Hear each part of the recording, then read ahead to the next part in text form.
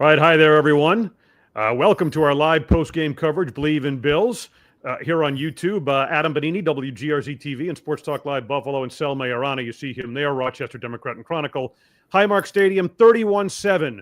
Bills AFC wildcard win over the Denver Broncos. And look, Sal, we had thought this was the Bills clearly the more talented team, rookie quarterback, and they were able to pull away in this game, taking advantage of there was some really strong positive aspects in this game for Buffalo. Denver hung in there for a while, but after that opening strike by the Broncos, the Bills were able to really kind of find a rhythm and lock things down, and as expected, able to advance on the divisional round. Your initial impressions? Yeah, I mean, I did not expect this to be a 31-7 game. I really thought the Broncos were going to give the Bills a tough game, and for 2.5 quarters, it was exactly that. I mean, it was a 13-7 game. The Broncos were doing enough on defense to frustrate. I thought Allen in the passing game had a tough time early, but then, Josh Allen makes the play of the game, as he often does, with that touchdown throw to Ty Johnson, and from that moment on, the game was pretty much over. So, big-time players, right? Big-time players make big-time plays. He picked a very important time to make one. Now, I asked him in the locker room after, and I asked Sean McDermott. I said, okay, look, I mean, ended up being a nice result, but that was some damn lucky football right there. They both kind of denied that, just trying to make a play. Bullshit. They caught a huge break. They caught a huge break on that play. It worked out great, and the Bills win the game. That's fourth down and a 6-point game at that point, right? And it seemed like forever he was able to hang on to the football. And then the fact that Johnson was able to somehow keep himself in bounds and make that as he made that catch. That's probably not an advised play, but I noticed you in the post game with McDermott, talking about his trust in Josh Allen. He'll take it every time. He kind of had the cat that ate the canary look on his face. Yeah. Well, it was one of those no, yes plays, right? I mean, and we've seen Josh Allen have a bunch of those plays in his career. That was a dangerous situation because, first of all, I mean, we can get into all this, I'm sure, but what I didn't like about it, Adam, is they're 4th and 1. I'm fine with going for it. I just hated that he put him in shotgun because you're pretty much right there tipping off that it's going to be a pass. And then Denver did everything that it had to do to defend the play. They couldn't have defended it any better. They even had him covered on the scramble. If he had tried to run, they were going to most likely get him. So he just kind of threw it up in the, up for grabs there in the end zone. And he was very fortunate that Ty Johnson was able to get open, caught the ball, and completed the catch. So a lot of things went incredibly well. But if they don't make that, we're looking at a 13-7 game. Denver's fired up, and now they got a chance to go the other way. So, I mean, these are the things that happen in playoff games. These are the differences between winning and losing. You've got to have a play like that somewhere along the way in many of these games, and that was the one for the Bills today. Yeah, and you know what? But Allen makes plays like that, right? To Buffalo's credit. He does. I mean, that's kind of what that off-schedule stuff is what has separated him from so many and has him at such an elite level in the National Football League. So, we're going to get into all of it again. 31-7, Bills over the Broncos to advance on to the divisional round, now setting up a matchup with the Baltimore Ravens, which should be a hell of a game. This will be – the fact they're at home is big, and we'll talk as much about that, I think, as we will what happened on the field today. We invite your comments and questions as, again, we're live, Believe in Bills, Believe Network, here on YouTube. Roy Osborne chiming in. Broncos played horrible. Got to show you they are an average team. Been saying it all season long, but I believe they are on the rise. There you see his comment right there. They are a team, with an upward trajectory. There's no question. And there were some things about Knicks that I liked in this game. I also liked a lot of what I saw from the Buffalo defense. 3rd down played, and then I think Denver was 2 of 9, and that's been a stat that's been kind of a sore subject for the Bills all season long. I mean, I think that the Broncos are a team that's ahead of schedule. The Bills are a team now that's evolved in a quarterback that's evolved to a team that's on schedule as one of the elite teams. I think it played out over the 4-quarter course of the game. Absolutely. Yeah, look, I mean, I thought Bo Nix he had a hell of a season. I mean, for the way he started the first 5, 6, 7 games, people laughing at him, and he couldn't do anything right early in the season. And he really got it together. And he was one of the best quarterbacks, believe it or not, in the NFL over the last 2/3 of the season. I mean, he was really, really good. And, last week, Adam, we talked about, what's disappointing about New England is that they found their franchise quarterback. Now they've probably got their franchise coach too, as of today. But I think there was also that point last week where the Patriots losing the game cost them the number 1 pick, and that was a reason for Bills fans to be happy. Another reason for Bills fans to be happy today regarding the opponent, Bo Nix is a player, and I think we finally have a team that can actually challenge the Chiefs in the AFC West. I think Denver is definitely, with this defense that they've got, if they can keep it together, I'm not sure what their free agent situation is, but if they keep that defense together and they start building more around Bo Nix, because he needs help, they need a running game for sure, they might be the team that can really challenge the Chiefs in that AFC West, which they've won for a decade straight. So that's the good news from the Bills side of things. Of course, you might see the Broncos in the playoffs next year too. They're going to be a pretty good team for a few years to go here now. Well, you look when you find that coach-quarterback combination in so many places, right? In so many examples, right? Like Andy Reid, Patrick Mahomes. That's the in that division especially, and in the league, the best example. But ESPN had a feature on its pregame countdown show today where they had Drew Brees come on, who of course played with Peyton, under Peyton, so many years in New Orleans, and talked about, and this speaks to what you talked about, Nix's struggles early in the year, the complexity of the Sean Payton offense. And I actually use some examples of the language, and it's like there's like 13, 14 terms on some of these plays. And they tried to ease Nix into it a little bit, but there's obvious growing pains associated with that. And I think we saw some of that from Nix early in the year, but he kind of found a groove and has a very good grasp of it. And he's a, first to the facility, last to leave type player. And so he's really picked that up. So I think that accents your point, Sal, as to what that team might be capable of if they put some quality pieces around him. When you have a quarterback like that with Peyton, who's proven to be so effective as an offensive head coach, certainly, something to think about in terms of the future. Quick note from the sponsor here. Bet Online continues to be the world's most trusted betting platform and your number one source for online betting. The largest selection on odds of everything from football, the NBA, NHL, college basketball, the UFC as well. Head to Bet Online today. Don't forget, use the promo code BLEAV, BLEAV. You get a welcome bonus on your first deposit. All right, 31-7. Adam, in terms of Nix, I liked a lot of what I saw today. He has a really good sense for the pocket. The Bills' pass rush was not good at all today, which is something we've grown accustomed to in January. And when they did get close to him, he knew where to go, how to get out of the pocket. He scrambled well, and I thought he threw a couple passes today that his receivers just let him down on. He had a couple dimes that would have been big plays in this game. Yeah, for sure. At least two that drives. That stalled drive. So he made some plays in this game. I think they've got a guy there. I think they definitely do. But this is also a Bills team, Adam, that is so playoff tested. They got punched in the mouth on the 5th play of the game. There was a clear breakdown in the deep secondary there, and Franklin got behind him for a touchdown. Denver didn't score again. Nix had 101 yards passing after that play. We still had 55 minutes of game time. He had 101 yards. The Bills just locked it down. They were really good on 3rd down today.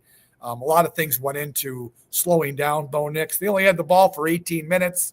I mean, the Bills had the ball the whole game. It was just an unbelievable, balanced performance by the Bills on offense. And then when they were on the field on defense, just did a lot of good things to slow down Nix and that offense.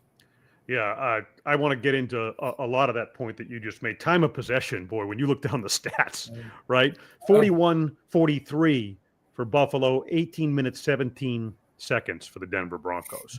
That's W every time. Now we know what Jim Kelly felt like in Super Bowl 25, right? Right. Never had the ball. Exactly. Same thing. But you had mentioned balance on offense, and I want to go there first here because we had talked all week long about, Denver – top in terms of the pass rush, 63 sacks, all of that. And we felt like the Bills were equipped as an offense to deal with that, primarily because of their quarterback in Josh Allen, the offensive line so effective. But you mentioned the balance, right? And again, it's a historic accomplishment. First team in NFL history with 30 plus passing touchdowns and 30 plus rushing touchdowns. And I think we saw that today. The best way to deal with pressure is to run the football. And that was their plan with James Cook, and he was so effective with 120 yards rushing, so many of those in the first half, especially a touchdown as well. And that did a lot to negate the effectiveness of those Denver pressure packages and then help to set things up from a passing game perspective as the game went on. I mean, they just executed what was obviously their game plan very, very well. Yeah, I mean, they clearly went into the game knowing that Denver's pass rush was spectacular. 63 sacks. They do it in a variety of ways. And part of the package is they blitz. They blitz as much as any team in the NFL. And I think what the Bills wanted to do, and they clearly did it, is they wanted to catch Denver and use some of that aggressiveness that they have up front with their front seven and catch them on a few quick hitting plays. And they did that. The offensive line, I thought, had a great day. They were creating those creases. You know, the Broncos would attack, and the Bills were hitting them those. You know, Cook was hitting the creases, and that really worked. Again, that's how you slow down a pass rush, is to run the ball. He ended up getting sacked twice in the game, and I think those were coverage sacks more than anything else. I mean, the Bills' line on both of those sacks held up well enough, at least usually well enough for Josh Allen, and he had nowhere to go with the ball because they're very good in the secondary too. So it was a great plan by Joe Brady. The balance they showed, the patience they showed. There were times where, you know, like for instance, one of them in particular that pissed me off was the first drive of the third quarter. They got down there, you know, first down and goal, and they got to the 6. It was second and goal.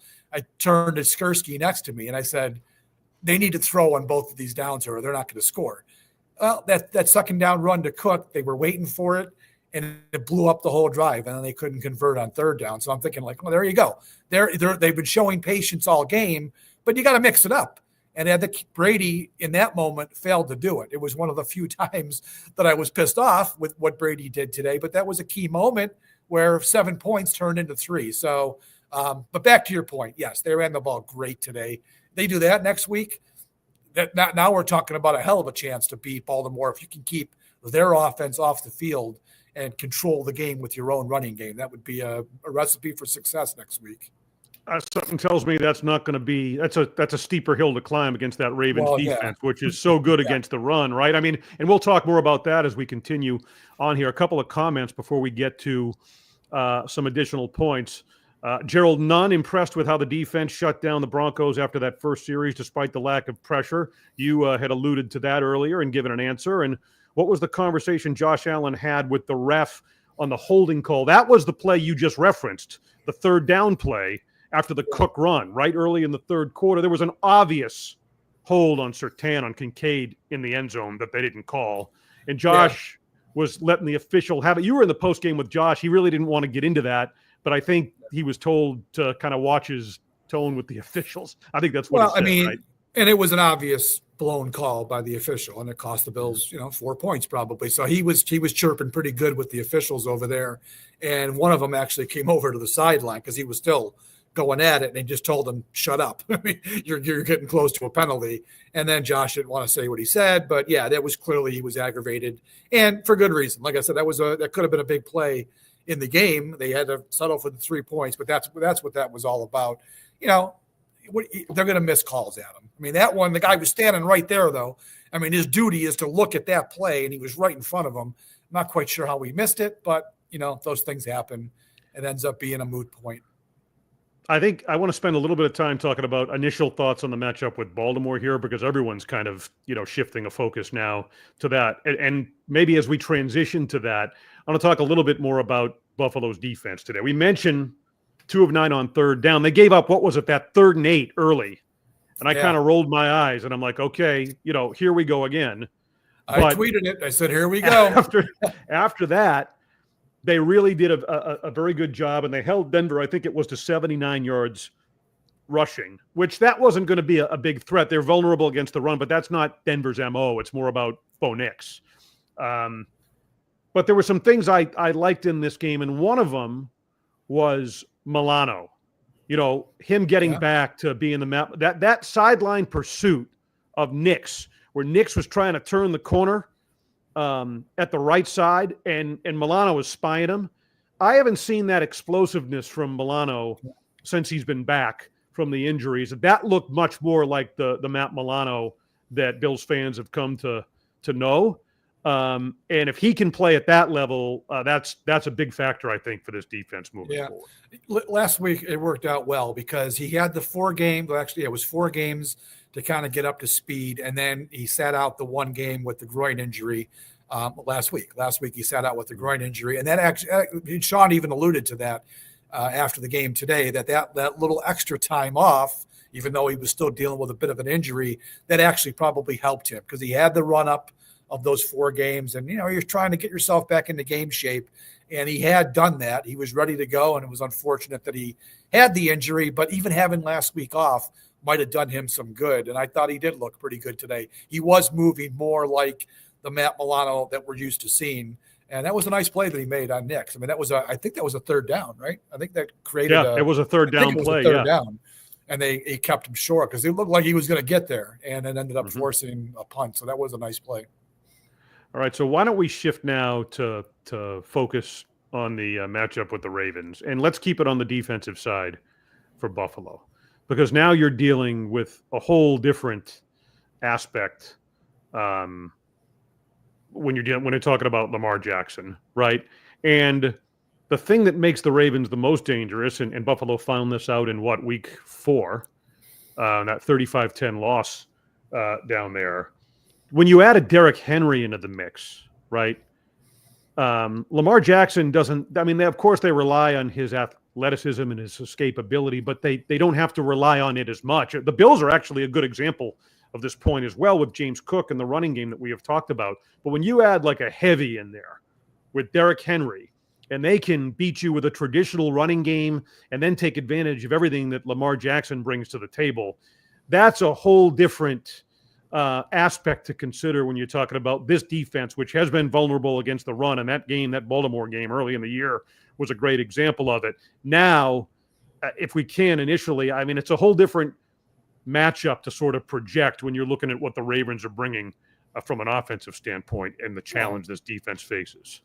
Yeah, I mean, this is a whole different ball of wax here. I mean, now you're going to be playing the team that might be the hottest in the NFL. And quite frankly, they might be the best team in the NFL. I mean, I know there's some really good teams on the NFC side, Detroit for sure, and Philadelphia. I'm not sure what's going on in that game right now, but they're very good.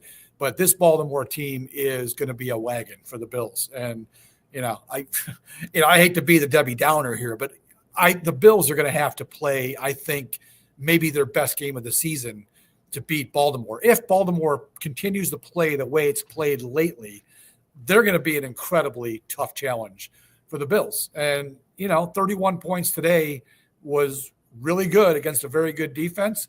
They're going to need to do at least that, I'm thinking, next week, because that offense can easily get into the 30s against this Buffalo defense. Again, this is not the time or place for us to probably be talking about the Bills losing the game next week. They played very well today. It was a hard-earned and well-earned win, but they're going to have to be even better than they were today if they want to beat the Ravens next week. I think we could all kind of agree on that. There's no denying it. So let's, enjoy this win, but they got to be better next week. Yeah, I mean, the dimension that Derrick Henry adds to that offense with the quarterback they have, and then you consider their defense, which I think led the National Football League in opponent rush yards. Right?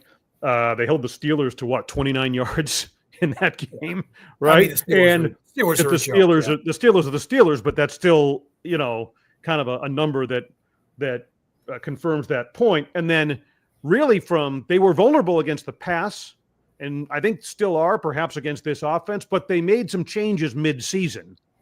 Yeah. And that secondary is in a much better place now. And I think that's been a big part of what's elevated them to the level they're at right now, and you refer to them as perhaps the best team in the National Football League. Those personnel changes they made were significant in the secondary, and they haven't allowed more than 17 points since December 1st to an opponent. They're playing right. They're playing great. They're going to be very, very difficult for the Bills to beat. Buffalo's going to have to play a flawless game, no turnovers. Of course, there were no turnovers today. That was part of the script. But yeah, they've got to have a lot of things go well for the Bills next week. And home field is nice. Home field doesn't mean they're going to win the game. So that's going to be a tough challenge for the Bills, no doubt. Yeah, the defense. This is a much more advanced program, if you will. They're obviously way beyond where the Broncos are. They are an established force in this conference, and it's about how you're playing at this particular time of year. And the Ravens obviously are playing as well as anyone. As we record this, I have not seen over the last 20, 30 minutes since we've been on a tweet come out that confirms the day and time of that game, but it is Baltimore and Buffalo at Highmark Stadium, where Sal Mayorana is coming from. We were speculating they're probably going to get the late game on Sunday, I would think, which I think is going to be a 6:30 game. I'm not sure exactly, but I think the Chiefs are probably going to get the Saturday game. That's what we were thinking, at least. And I think, and let's face it, CBS wants Ravens Bills in the biggest window, so that'll be the night game. I'm almost positive. I'd be shocked if it isn't. All right, and one more comment before we wrap it up here. Nate and Yellow chiming in. Von Miller has much more pep in his step and should be very helpful in these playoffs going forward. What are your impressions with him today? You saw like the vaunted spin move on him and affecting the quarterback, and he has looked more like himself, and he's alluded to the fact that the gaps of time he's had off for whatever reason. They're using him in a way, given his ability and also his age and the miles he has on him, right, that he can be as effective as possible. And I thought, he was a factor in this game today. Yeah, he flashed on one play that I noticed, and he almost got the sack. But again, Adam, overall, I wasn't impressed by the Bills' pass rush. Anybody? Rousseau had a really nice sack, but he also had a great play in the run game too. He's their best pass rusher, and they're going to need him to be absolutely elite against Lamar Jackson. And even then, he could be elite and still not get Lamar Jackson to the ground. I thought today there were too many times where Knicks dropped back and there was a lot of time to throw. And like we referenced early in the show, thankfully the Broncos had a couple of big drops in some key situations. And, maybe things would have gone a little bit differently. Who knows? They need more. Von Miller, we'll see what the snap counts were. Again, they were only on the field for 18 minutes, so he didn't have many snaps. Right. Next week, I'm pretty sure he's going to have more snaps, so maybe he can impact that game. But again, this pass rush, look, they won the game. We shouldn't be complaining about anything, but they need to be a better pass rush team, because Lamar Jackson and the Ravens, or maybe Mahomes and the Chiefs later on, would definitely exploit if those guys have time to throw. Yeah, right. The vulnerability of the Bills' defensive front, whether it be against the run or the pass rush, which has not been consistent enough this season. Now that you're getting to the divisional round and potentially the AFC Championship, these caliber of opponents, that's where that gets tested to the max. All right, it's a 31-7 final. Sal Mayorana, Rochester Democrat and Chronicle, coming to us from the Highmark Stadium press box. Are you done writing for the night, or how much more work you got to do, and what can folks look for at I knew the answer to that question before I asked it. Where you at, and what can people go to the website for? Yeah, my game column is already up there full of quotes, and now I'm just doing the report card, and then I'll probably have to write something when we get a time on the game for Sunday or Saturday or Sunday. But nope, the work never ends, Adam. I'll tell you what, though, I had to pack a bag today because in case they lost, I had to be back in the morning. So I told my sister, who lives in Clarence, I might be stopping tonight, sleeping over, but don't have to, so I can go home to my own bed and have another week of Bills coverage, which is good. We were all talking in the press box like none of us are ready for the off-season baloney. We want to keep the season going because the season's fun. It's fun to cover the season. The off-season, not so much. So they gave us at least one more week here. I like that veteran level of preparation by That's you. Right. That's a veteran move. All right, we appreciate it. Sal Mayorana, Rochester Democrat and Chronicle, democratandchronicle.com. Adam Bonini, WGRZ TV, and we'll have a full recap and look ahead in depth to the Baltimore Ravens tomorrow night, 7 o'clock, WGRZ, Channel 2 in Buffalo with Vic Carucci and John Scott. Again, 31-7 final. Bills advance out of the wild card round with a win over the Denver Broncos. For Sal Majorana in Orchard Park, I am Adam Bonini in Amherst. Thank you so much for being with us here on Believe in Bills. We'll see you on Wednesday looking ahead to next weekend. Okay.